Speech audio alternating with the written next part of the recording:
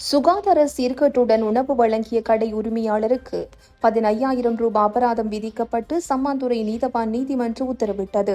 குறித்த வழக்கு நேற்றைய தினம் சம்மாந்துறை நீதவான் நீதிமன்றத்தில் விசாரணைக்காக எடுத்துக் கொள்ளப்பட்ட வேளை கடை உரிமையாளரை கடந்த 13 மாதங்களுக்கு மேலாக நீடித்த சட்ட போராட்டத்துக்கு பின் குற்றவாளியாக இனங்கண்ட நீதிமன்றம் அபராதம் விதித்து வழக்கினை முடிவிற்கு கொண்டு வந்துள்ளது. கடந்த 2025 பிப்ரவரி 2ஆம் தேதி அன்று சம்மாந்துறை சுகாதார வைத்திய அதிகாரி பணிமனைக்கு உட்பட்ட கல்லரிச்சல் பொது சுகாதார பரிசோதகர் பிரிவுக்கு உட்பட்ட சங்க ஒன்று கூடலில் வழங்கப்பட்ட இரவு விருந்தில் பொரித்த கோழியில் புழுக்கள் இருந்தமை கண்டறியப்பட்டிருந்தது. அத்துடன் சம்பவத்தினத்தன்று கடை உரிமையாளருடன் சங்க ஒன்று கூடலில் ஈடுபட்டவர்கள் தர்க்கம் செய்த நிலையில் பொது சுகாதார பரிசோதகர்கள் குழுவினருக்கு தகவல் வழங்கப்பட்டது. இதற்கமைய சட்ட நடவடிக்கையை தொடர்ந்து சுகாதார தரப்பினர் கடந்த 13 மாதங்களுக்கு மேலாக நீடித்த சட்ட போராட்டத்துக்கு பின்னர் குறித்த உணவு வழங்கிய நபருக்கு அபராதம் விதிக்கப்பட்டுள்ளது.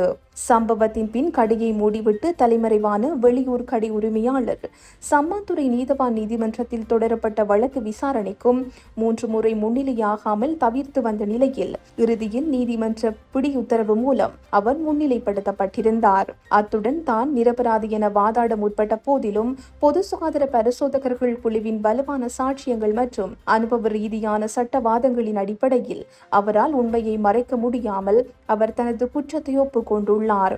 இந்நிலையில் குற்றவாளியின் பொருளாதார நிலையை கருத்தில் கொண்டு 15,000 ரூபாய் அபராதம் விதிக்கப்பட்டு வழக்கு நிறைவு செய்யப்பட்டது.